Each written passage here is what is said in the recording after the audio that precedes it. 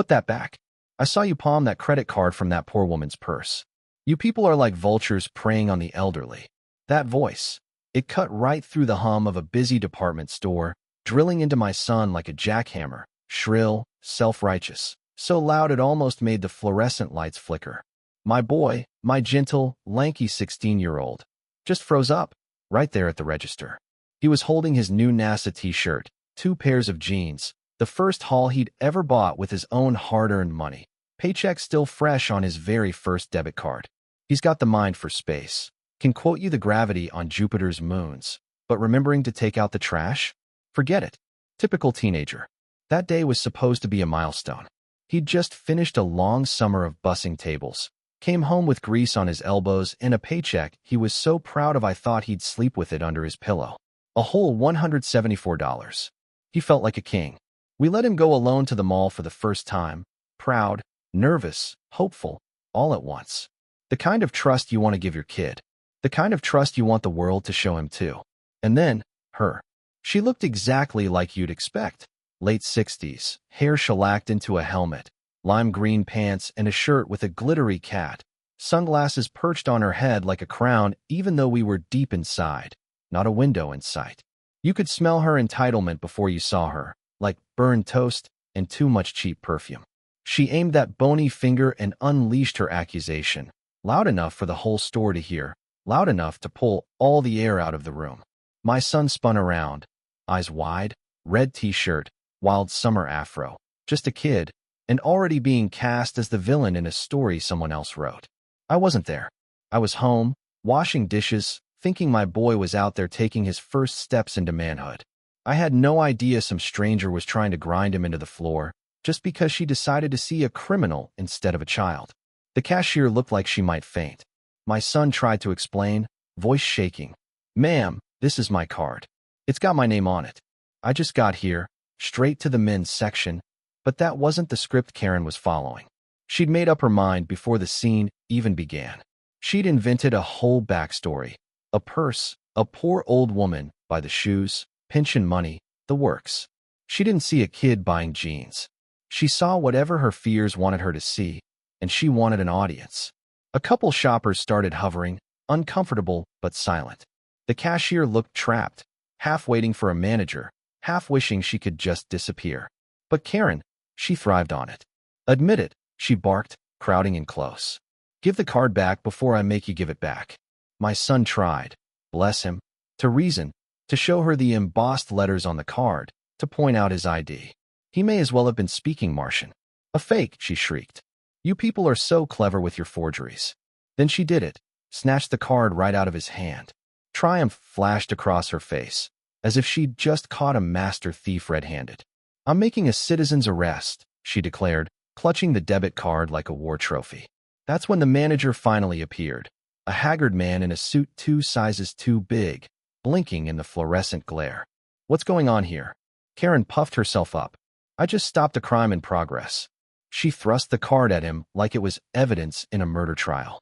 My son fumbled for his wallet, hands trembling so bad he could barely hold it, but all the manager saw was a kid in distress, a shrieking customer, and a store full of gawkers. He tried to play peacemaker, suggesting they just verify the name on the card, but Karen wasn't having it. She whipped out her phone, dialing 911 in full view. "I'm at Northgate Mall." "Yes, I've apprehended a suspect. He's getting aggressive." "Yes, I have the stolen card. Please hurry. I'm afraid for my safety." She put on a show for the ages, voice trembling, breathing heavy, painting my son as some kind of threat. The police arrived fast. 2 officers, one older and tired-looking, the other young and itching for a fight. They saw Karen, a trembling, white-haired victim, and my son, a black teenager in jorts and a hoodie, and you could feel the balance tip. They didn't even try to hide it. Karen launched into her story, crocodile tears and all, spinning her fantasy about the poor lady in the floral dress. The young cop went straight for intimidation. "Son, did you threaten this woman?" My son could barely talk. He just wanted to buy a t-shirt, and now he was being interrogated like a felon. The older cop at least suggested checking the security footage, but the young one wanted my son out of there, for his safety. They marched him out the back, humiliation burning him from the inside out. without so much as looking at the evidence. That's when my phone rang. Unknown number. Is this the parent of? And the officer said my son's full name. My heart crashed through the floor. That's how you know it's bad news, when they use the full name. He was fine, but he was at the station, involved in an incident. Theft, they said. Some woman accused him of stealing a credit card. I actually laughed, stunned. My son, the kid who once returned a lost $20 bill to a stranger? It made no sense, but we grabbed our keys and drove like hell. The station was a nightmare. Plastic chairs, old coffee smell, some officer behind glass barely glancing up. We waited forever. When they finally let us see our boy, he looked hollowed out, like someone had scooped out everything joyful and left the shell behind. They'd interrogated him for nearly an hour, twisting his words, treating every protest as a lie. When they finally played the security footage, it showed the truth. My son going straight to men's, never near the shoe department, never touching anyone's purse. The manager had his ID. The name matched the card. The cop, world-weary, handed the debit card back, monotone as a weather report. No charges to be filed at this time. Not sorry, not even close. Be more careful, he said, like my son had brought this on himself. I nearly lost it. Be careful of what? Of shopping while black. He just told us to calm down. We were responding to a call from a concerned citizen. Karen, meanwhile, got to walk out untouched, her only consequence a slight wrinkle in her cat t-shirt. When we got home, my son disappeared into his room. The joy of his first paycheck was gone, obliterated. That night, as we tried to salvage dinner, I checked Facebook, and there it was, a post from Karen, bragging about her heroism stopping a dangerous element in the community, warning everyone to keep their eyes open. The comments rolled in. Thank you for protecting us. So scary. Was it that black kid with the afro on the corner? Karen's reply, all but confirming it. The poison was spreading, and there was nothing we could do. Any comment I posted was deleted. She was the admin.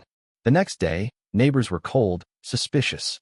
Someone drove by the house, filming us. My son refused to go back to his job. He quit the diner, paycheck untouched. The store offered us a $500 gift card and a non-disclosure agreement as hush money. I told them to shove it. They were more interested in sweeping things under the rug than doing right by my family.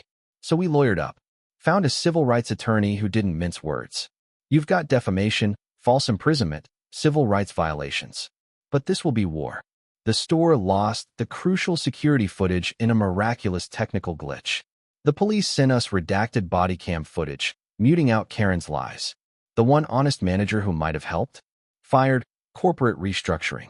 The system closed ranks to protect itself. But then, out of nowhere, the cashier, the young woman from the register, reached out. I saw everything. The video isn't gone. They made me sign a gag order. I quit.